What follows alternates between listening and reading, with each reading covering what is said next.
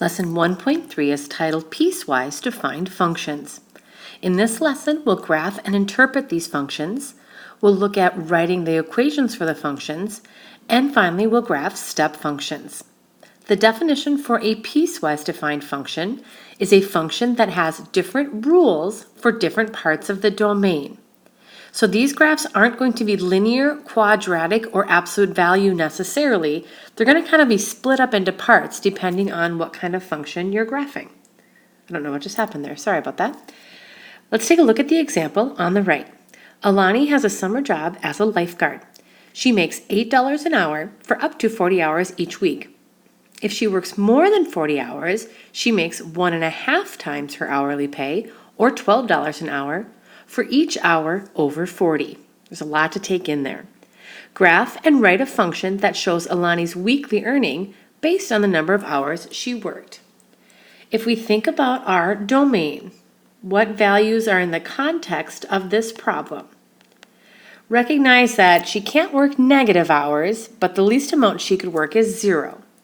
So if we start with 0, any amount of hours from 0 up to 40, she has a base salary. So what that would mean is she makes $8 per every hour. But now the trickier part is to figure out what happens after if she works more than 40 hours a week. So then that's a new part of the domain, and it's going to have a different rule. So if she works more than 40 hours, here's what we have to think about. Anything up to 40, she makes that $8 amount. So that would be 40 times 8. But then she's going to get more money if she works overtime, $12 an hour, for anything over 40. So that would be X minus the 40 from her standard salary. That's quite the equation. Let's simplify. If we take 40 times 8, that would be 320.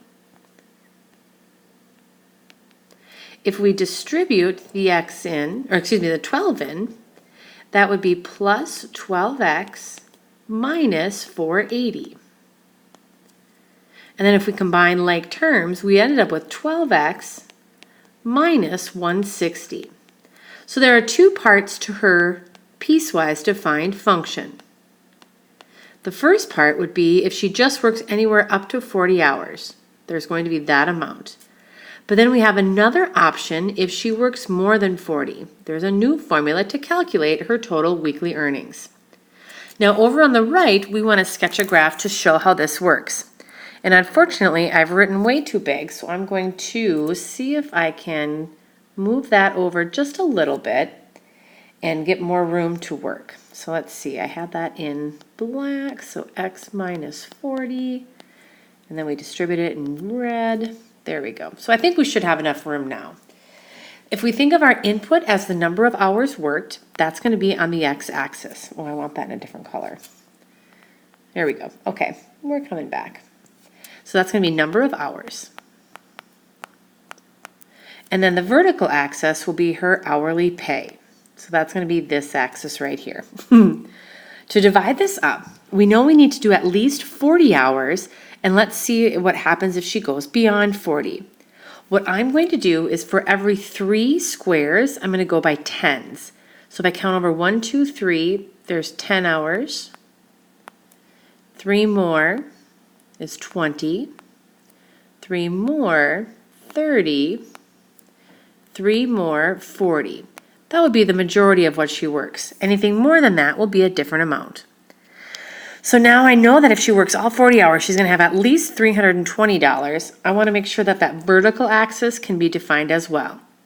What I'm going to do for every 3 squares on this side is I'm going to give her $100. So there's 100, and then here's 200. Try to get that to fit in there.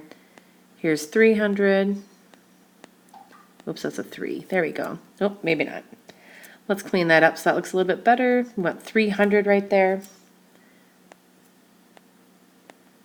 And then up 3 more, there's 400 right there. Okay, so if we think about starting at 0, she wouldn't make any money. And because she makes $8 an hour, if we go all the way to 40, she should make $320. So at 40, if we go to 300, That first square would be a third, so that'd be 330. That's just slightly smaller than that first square. So anything from 0 to 40, she should be making that amount of money. But then anything over 40, she makes $12 an hour. So let's try $50 and see what happens. Or excuse me, 50 hours. If we plug in 50 for X, then her hourly pay is going to be 12 times 50 minus 160.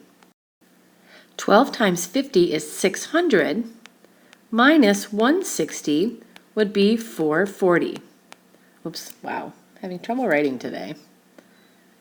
There we go. 440. So if I go over to 50, we're going to have to add a little dash right there. We go all the way up to $440. So you can kind of tell there's a change in direction. It's not the exact same. It's not straight across.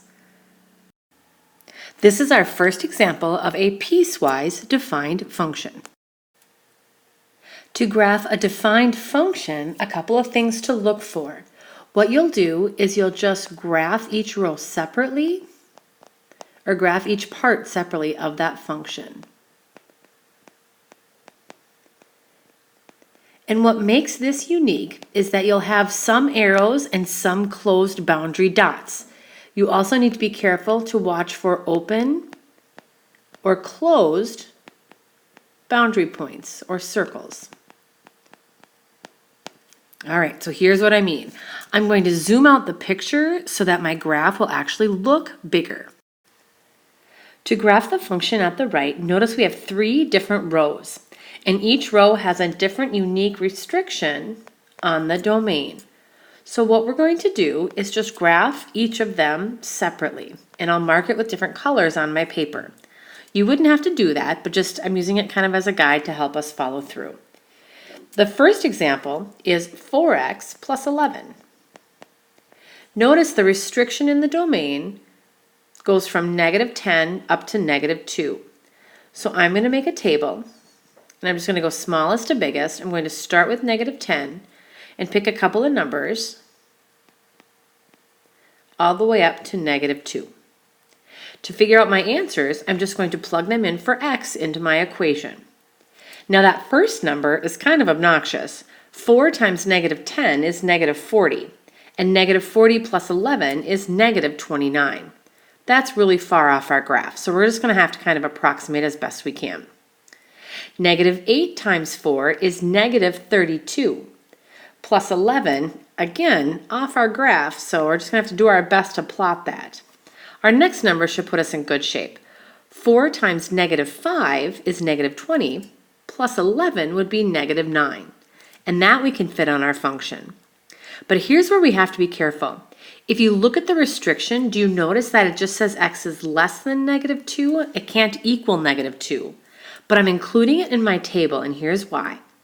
If we do -2 times 4, we get -8, plus 11, we'd get +3. I'm going to put a little star by this one, and this is going to be an open circle on my coordinate system. So watch how I graph this. I'm going to graph the -2, 3 with an open circle. And then I'm going to plot -5, -9, way down here. What a mess. And then I'll plot -10, -29. Oh my goodness, probably like way down here somewhere. And I have to connect all 3 of those as best I can without a ruler. So hopefully you have a ruler that does better than that. So this goes all the way down to -10, -29. And that's just one of 3 parts. So let's go ahead and graph the next part and see if that works out any better for us. There we go. That looks, well, that's not any better, is it? We'll just start from scratch. There we go. -10, -29. The next row is a quadratic function, x squared minus 1. But notice it isn't the entire quadratic. I only want values from -2 to +2. And I need that in a different color. There we go. -2 to +2. So I'm going to write the equation, x squared minus 1, and then make a table. Since I'm only going from -2 to +2, I'm going to mark all my integers. -2, -1, 0, 1, and 2. And notice they've got less than or equal to symbols on both of them. So all of our points are going to be closed circles for this function. If I plug in -2 squared is +4. And 4 minus 1 is 3. But look at this. This point is the same as this one. So on the graph, -2, 3, I'm actually going to close it up for that second function. All right, let's plug in -1. For -1 squared is 1. 1 minus 1 is 0. So now I'm going to go to -1, 0. I did that all wrong, didn't I? I plotted that in the wrong spot. It's not 0, 0. Let me fix that.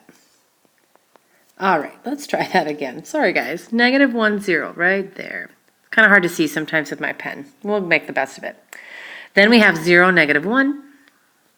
And then we have, 0, -1. If I plot that, 1 squared is 1, minus 1 is 0.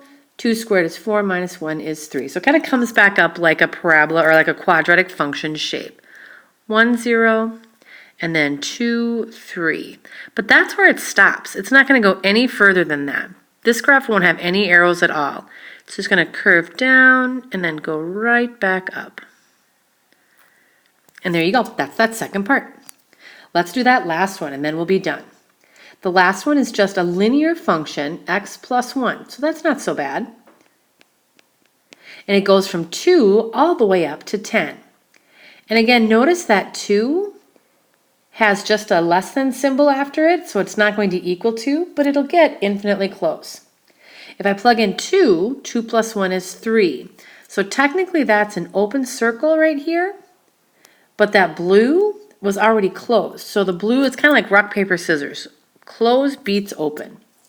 So let's see what other points are possible. If I plug in 4, for example, 4 plus 1 is 5. So if I go over 4 and then up to 5, there we go. I'll pick 7. 7 plus 1 is 8. Go over to 7, up to 8.